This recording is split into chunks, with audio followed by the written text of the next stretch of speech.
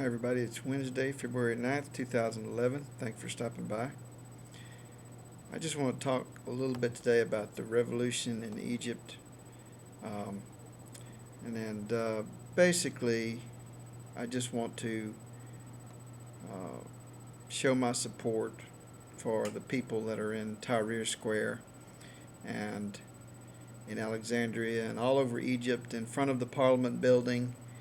Um, the trade unions that are striking, all of these people, the 300 people in Egypt who've lost their lives fighting for freedom in Egypt, the human rights organizations like Human Rights Watch, which are doing an incredible job in Egypt right now, documenting what's going on and letting the world know about the abuses that are happening.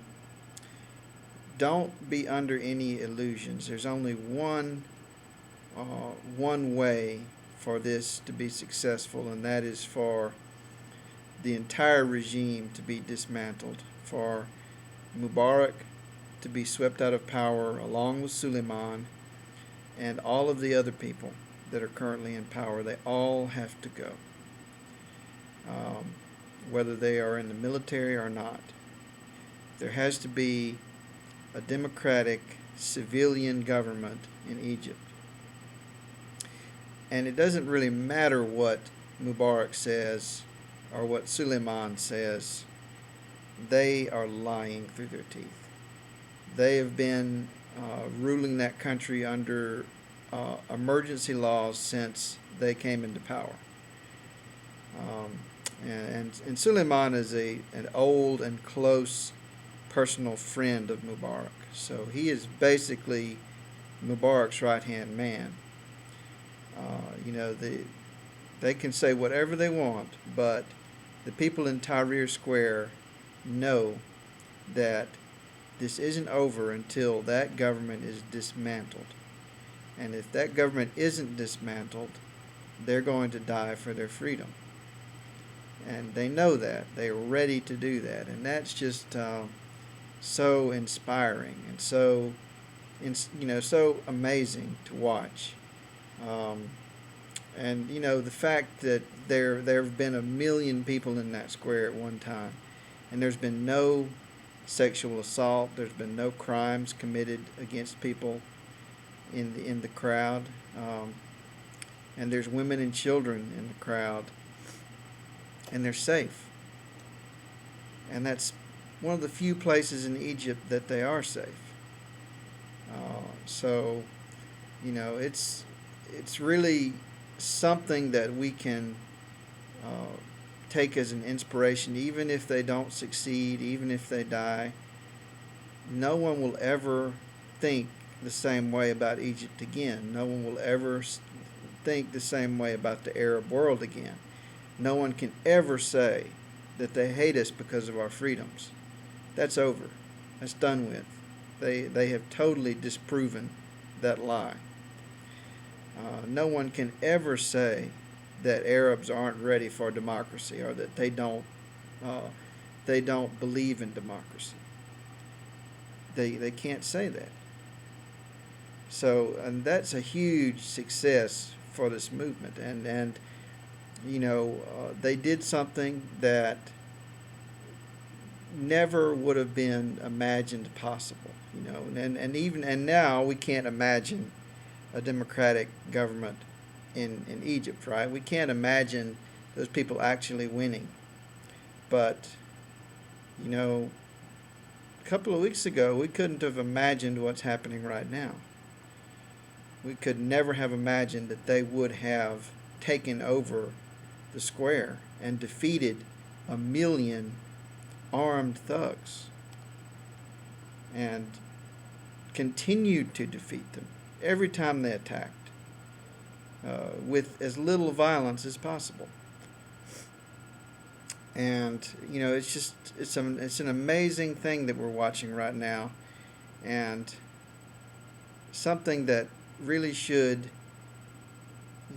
make you feel proud of those people and proud to be a human being.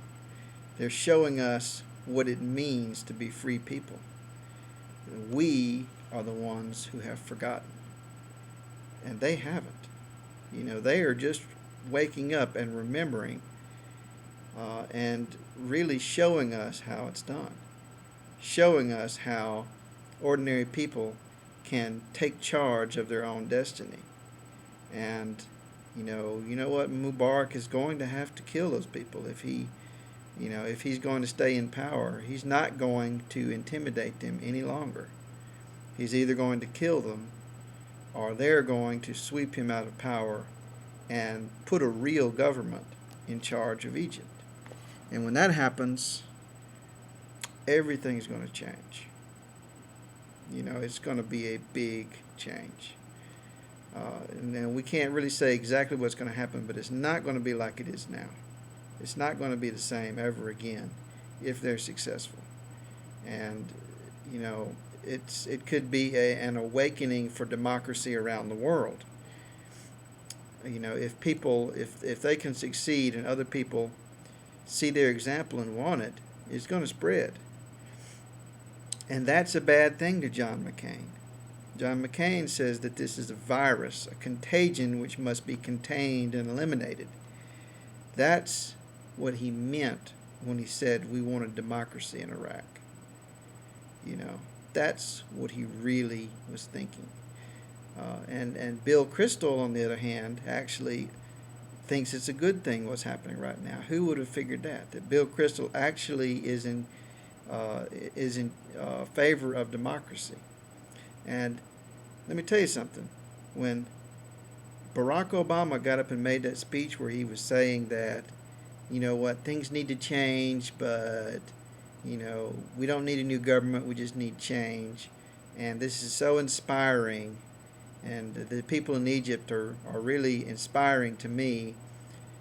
Did you notice how fucking pissed off he was? Did you notice how he looked like he wanted to just kill somebody when he said that? I mean, that's what it seemed like to me. It seemed like he was so pissed. And then when he got finished talking about how inspired he was and how happy he was, he stormed off. Like Cartman taking his ball and going home, right? I mean, that's what he looked like. And you know what? I guarantee you that Obama and Clinton and all of those other people in our government, they are so fucking pissed right now. They can't stand it. They would love to have Mubarak crush this rebellion and, rule Egypt for another 30 years and steal another $70 billion and let the people starve to death. That's what they want. And Benjamin Netanyahu, you know what he said. He had some advice for the government of Egypt. And you know what he said? He said in Tiananmen Square, they didn't negotiate. They just killed the people in the streets. That's what one of the leaders of Israel, that's his vision for democracy. If the people don't like being slowly killed, then you can quickly kill them, right? That's democracy, Israel style. Or at least Benjamin Netanyahu style. Maybe he doesn't speak for everybody in the government. But it is disturbing to me that so many of the people who seem to be speaking for Israel right now are so fed up with this demonstration and so supportive of Mubarak. And like I said, Benjamin Netanyahu, as far as he's concerned, the best thing to do is just to spray those guys with bullets and mow them all down. All million of them, men, women, children, just slaughter every last one of them and then go on about your merry way being a dictator. Hey, that's one way to solve it. But I don't think that's going to happen. I think that there is hope for the human race. And it's in Egypt. Thanks for watching.